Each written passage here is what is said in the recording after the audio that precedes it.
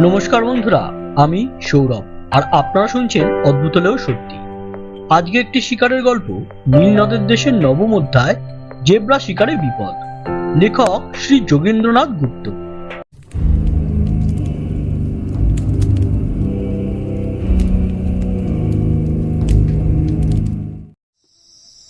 আমি এখন নেটাল হইতে প্রায় 500 মাইল দূরে আসিয়া পড়িয়াছি। এখানে অসংখ্য জেব্রা দেখিতে পাইলাম। একদিন জ্যোৎস্না রাত্রিতে দূরে মাঠের মধ্যে এক পাল জেব্রা দেখিতে পাইয়া তাহাদের শিকার করিবার জন্য ঘোড়ায় চড়িয়া সেদিকে ছুটিলাম। এই পালে অনেক জেব্রা ছিল। জেব্রারা খুব দ্রুত ছুটিতে পারে। আমি জেব্রাগুলির গাছ হইতে প্রায় 25 গজ আন্দাজ দূরে আসিয়াছি। এমন সময় আমার ঘোড়াটা আমাকে লইয়া একটা ফাঁদে শিকার ধরিবার গর্তে পড়িয়া গেল। আমিও সঙ্গে সঙ্গে ঘোড়ার পিঠ হইতে ছিটকাইয়া পড়িলাম। বন্দুকটাও হাত হইতে প্রায় 5-7 ফিট দূরে ছিটকাইয়া পড়িল। আমার শরীরের এখানে সেখানে নানা স্থানে কাটিয়া গিয়াছিল। হঠাৎ পড়িয়া যাওয়ায় কতকটা সময় এমন অসাড় হইয়া পড়িলাম যে নড়িবার চড়িবার পর্যন্ত শক্তি ছিল না। মনে হইল বুঝি শীঘ্র আর শিকার করিতে পারিব না। আমার সঙ্গীরা দূর হইতেই আমার এই পতনাবস্থা দেখিতে পাইয়াছিল। তাহারা তাড়াতাড়ি ছুটিয়া আসিয়া জল দিয়া ক্ষতস্থান ধুইয়া দিল। আমি একটু সুস্থ হইয়া তাঁবুতে ফিরিয়া আসিলাম। বন্ধুদের কয়েকটি জেব্রা শিকার করিতে বলিলাম। আমার সুস্থ হইতে 3-4 দিন লাগিয়াছিল। আশ্চর্যের বিষয় এই যে আমার সঙ্গীরা একটির বেশি জেব্রা শিকার করিতে পারেন নাই। একদিন একজন কাফরি আসিয়া বলিল যে এখান হইতে 4-5 মাইল দূরে মাসুয়া নামে একটি অতি নিভৃত স্থান আছে। সে স্থানটি একটি পাহাড়ের নিচে। সেখানে জলের অভাব নাই, কেননা একটি নির্ঝরিণী পাহাড়ের বুক হইতে নামিয়া বাকালহারি নদীর সহিত মিলিত হইয়াছে।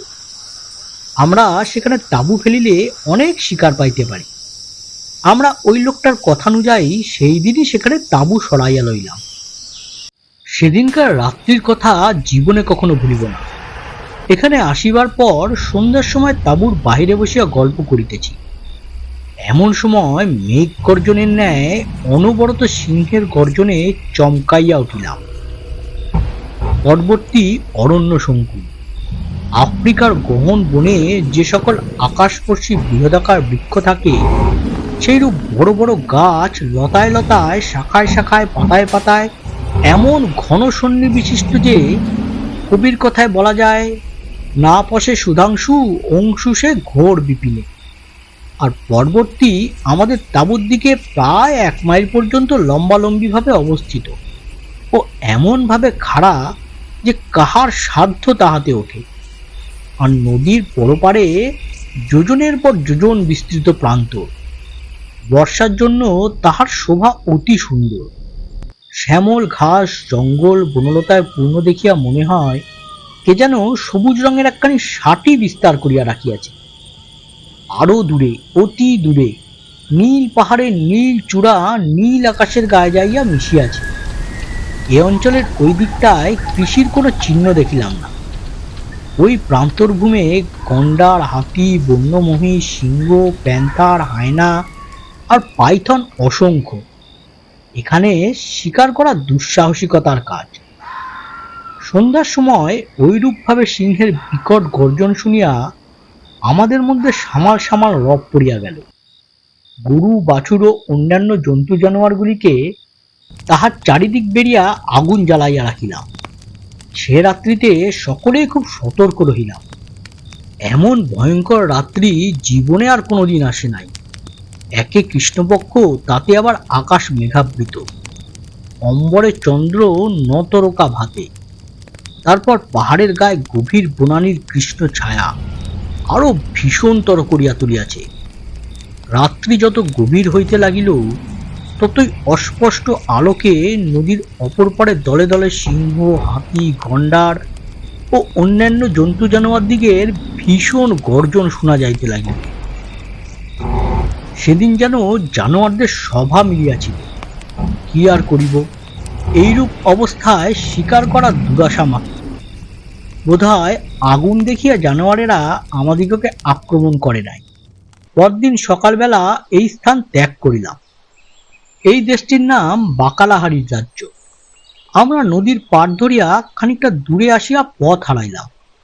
মানুষের সমান উচ্চ ঘাস, সেই ঘাসের মধ্যে দিয়া গাড়ি চলা, লোক চলা এবং ঘোড়া ও গরু চালাইয়া নেওয়া কোনরূপেই সম্ভবপর নয়।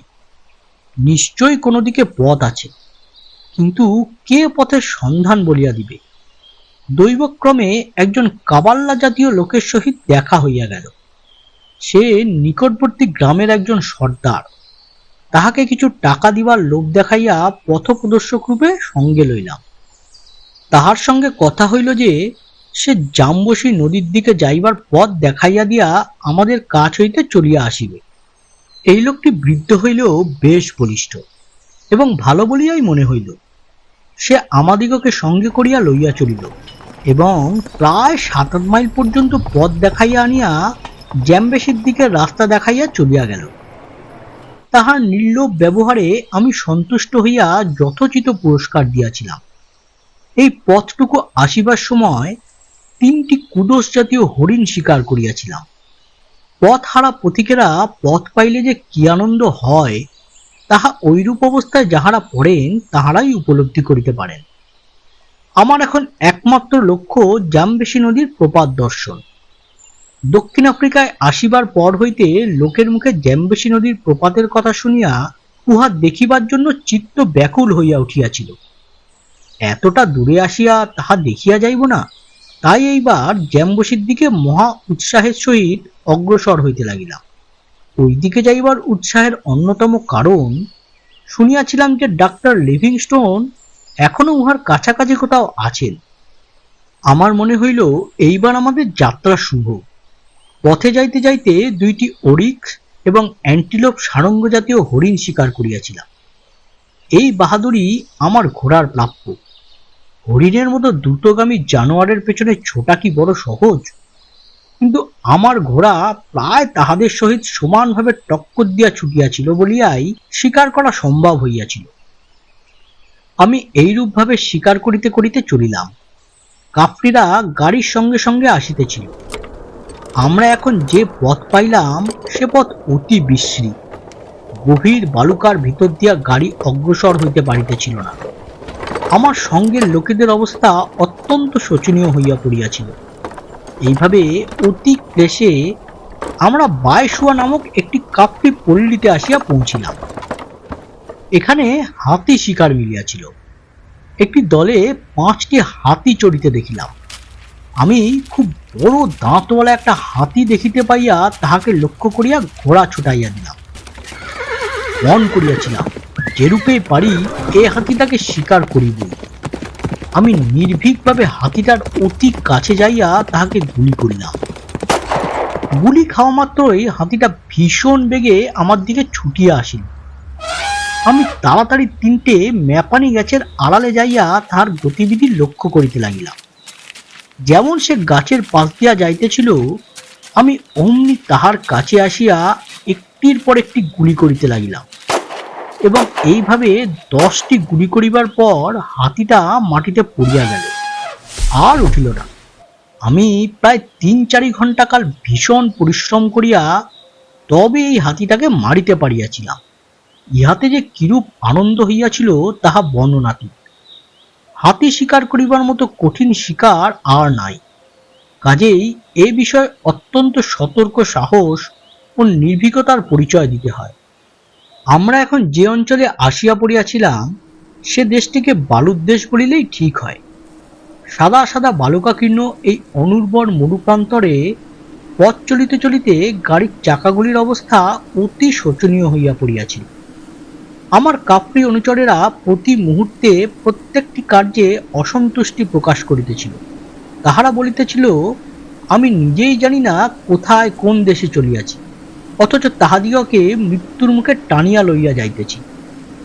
আমার মনে হইল যে আমার কাফরি সঙ্গীরা জাম্বেসের দিকে কখনো আসে নাই। তাহারা আমার সেই বৃদ্ধ পথ প্রদর্শকের সম্বন্ধে নানারূপ অপ্রিয় সমালোচনা করিতেছিল। কিন্তু আমি এত বিপদের মধ্যেও এতটুকু বিচলিত হই নাই। ক্রমে ক্রমে আমরা নানা ছোট ছোট দেশ অতিক্রম করিতে লাগিলাম। কোনো দেশটি ছোট ছোট পাহাড়ে ঘেরা, কোনোটি গভীর জঙ্গলে ভরা, কোথাও বা অসংখ্য নির্ঝর। এইভাবে দুইটি নদী পার হইয়া আবার এক নতুন দেশে আসিলাম। আমি মাত্র দুইজন কাফরিকে লইয়া আগে আগে পথ দেখাইয়া চলিতেছিলাম। আমার সঙ্গীরাও ঘোড়ায় চড়িয়া আমায় অনুসরণ করিতেছিল। আমার গাড়ি, জন্তু জানোয়ার এবং অন্যান্য লোকজন পিছু পিছু আসিতেছিল। নদী পার হইয়া যে দেশে আসিলাম সেই দেশটিকে পার্বত্য প্রদেশ বলা যাইতে পারে। প্রস্তরাকীর্ণ ভূমি, শিলাকীর্ণ পর্বতরাজি, কোনোটি ছোট, কোনোটি বড়, কোনোটি বা অতি উচ্চ। এ যেন পাহাড়ের ঢেউ বহিয়া গিয়াছে। আর এ অঞ্চলে অসংখ্য নদী, তাহার ফলে গাড়ি চলাচলের পথ নাই বলিলেই চলে। শেপসি মাছির উপদ্রব অত্যন্ত বেশি। দিনের বেলা সূর্যের তেজ অত্যন্ত প্রখর, কিন্তু রাত্রিবেলা ও সকালের দিকে দারুণ শীত। রাত্রিতে এমন কনকনে শীত যে শরীরের রক্ত চলাচল বন্ধ হইয়া যাইবার উপক্রম হয়। স্থানটি ভয়ানক অস্বাস্থ্যকর। কি বিচিত্র এই পৃথিবী! কোথায় কোন দেশ যে কিরূপ তার সম্বন্ধে কে জানে। এদিকে কোথাও জনমানবের বসতি দেখিতে পাইলাম না, কিন্তু এখানে সিংহ ও হস্তির প্রভাব অত্যন্ত বেশি। আমরা পরের দিন নদী, নালা ও পাহাড় পর্বত অতিক্রম করিয়া এক নূতন দেশে আসিলাম। এদেশের নাম বাতকা। আদিবাসীরাও বাতকা নামেই পরিচিত। এখানকার লোকেরা ভয়ানক যুদ্ধপ্রিয়। আকৃতি ও প্রকৃতি দুই অতি ভীষণ। সামনে ৩-৪টি দাঁত পাথর দিয়া উপড়াইয়া ফেলে। ইহাতে যে তাহাদের মুখ কিরূপ বিশ্রী দেখায় তাহা সহজেই অনুমান করা যাইতে পারে, কিন্তু ইহাই হইতেছে তাহাদের প্রসাধন। আমি অনুসন্ধানে জানিতে পারিলাম যে ইহাদের কাছে ষাঁড়ই হইতেছে পবিত্র দেবতা। ষাঁড়ের অনুকরণ করিতে যাইয়া তাহারা সামনের এই দাঁত কয়টি ফেলিয়া দেয়। বাতকাদের কাছে গরু খুব মূল্যবান। ইহাদের মধ্যে অনেককে দেখিলাম সারা গায়ে জেব্রার মতো কালো কালো দাগওয়ালা উল্কি পড়িয়াছে। জেব্রার মতো শরীরে কালো দাগ করিতে ইহারা খুব ভালোবাসে। আমি বাতকাদের নিকট হইতে জানিতে পারিলাম যে তাহারা চবি নদীর পাড়ে একজন শ্বেতাঙ্গকে দেখিয়াছে। এই সংবাদ পাইয়া অত্যন্ত আনন্দ হইল। আমি কয়েকজন বাতকাকে আমার সঙ্গী হইতে বলিলাম। অবশ্য এজন্য তাহাদিগকে পুরস্কার দিতেও চাহিলাম। ৩ জন বাতকা অবশেষে আমার পথ প্রদর্শক হইল, আর কয়েকজনকে নিযুক্ত করিলাম আমাদের গন্তব্য পথের দিকে গাড়ি ও অন্যান্য জিনিসপত্রাদি লইয়া অগ্রসর হইবার জন্য। এই লোকগুলিকে নেহাত মন্দ মনে হইল না। আমি ৩ জন কাফরি অনুচর লইয়া বাতকাদের সঙ্গে চলিলাম। সঙ্গে লইলাম গুলি, বারুদ ও প্রত্যেককে এক একটি বন্দুক আর সামান্য তৈজসপত্র এবং ৪খানি কম্বল। এইভাবে চবি নদীর দিকে রওনা হইলাম। দিবা ও রাত্রিতে সমানভাবে চলিতাম। অতি সামান্য বিশ্রাম করিতাম, আর রাত্রিবেলাতেও চলিতাম। শুক্লপক্ষ ছিল বলিয়া রাত্রিতেও পথ চলিতে কোনো ক্লেশ হয় নাই। সারাদিন ঘোড়ায় চড়িয়া পথ চলিতাম। এইভাবে প্রায় ২.৫ দিন পথ চলিবার পর এমন এক জায়গায় আসিলাম যেখানে পথ বলিয়া কিছুই নাই, কেবল স্তূপাকৃতি ও ঘন বন। এ বনে এ পথে জিরাফ পর্যন্ত চলিতে পারে না। এইরূপ প্রায় ৩ মাইল পথ অতিক্রম করিয়া একটি বড় নদীর পাড়ে আসিলাম। নদীর পাড়েই একটি তাঁবু দেখিলাম। তাঁবুর বাহিরে একটি গাছের ছায়ায় প্রকাণ্ড শিলাখণ্ডের উপর বসিয়া একজন ইংরেজ ভদ্রলোক পাইপ টানিতেছিলেন। আমাকে দেখিতে পাইয়া আনন্দে ছুটিয়া আসিলেন। আমরা উভয়ই উভয়কে চিনিতে পারিলাম। ইহার নাম ডাক্তার হোল্ডেন। নেটালে আমরা একসঙ্গে কিছুদিন ছিলাম। এইরূপ আকস্মিক মিলনে উভয়ের মনে যে কিরূপ আনন্দ হইল তাহা বর্ণনাতীত। আমি দূরে মেঘ গর্জনের ন্যায় শব্দ শুনিয়া কৌতূহলী হইয়া তাহাকে জিজ্ঞেস করিলাম, ও কিসের শব্দ? ডাক্তার হোল্ডেন হাসিয়া বলিলেন, কেন, আপনি কি জ্যাম্বসী নদীর প্রপাতের কথা শোনেন নাই? আমি আনন্দে চিৎকার করিয়া বলিলাম, আমি যে সেজন্যই এদিকে আসিয়াছি। তখনই আমরা স্থির করিলাম যে আমার গাড়ি ও সঙ্গের লোকজন আসিয়া পৌঁছিলে পর 3-4 দিন বিশ্রাম করিয়া আমরা দুজনে প্রপাত দর্শনে যাই। কিন্তু কার্যকালে ডাক্তার হোল্ডেনের আর যাওয়া হইল না। আমি একাই প্রপাত দেখিতে গিয়াছিলাম। কেমন লাগলো বন্ধুরা আজকের এই গল্পটি? ভালো লাগলে একটি লাইক করুন আর শেয়ার করুন সকলের সাথে। আর হ্যাঁ, চ্যানেলটি সাবস্ক্রাইব করতে ভুলবেন না জানো, কারণ এই রকম গল্প নিয়ে আমি হাজির থাকছি এই চ্যানেলে।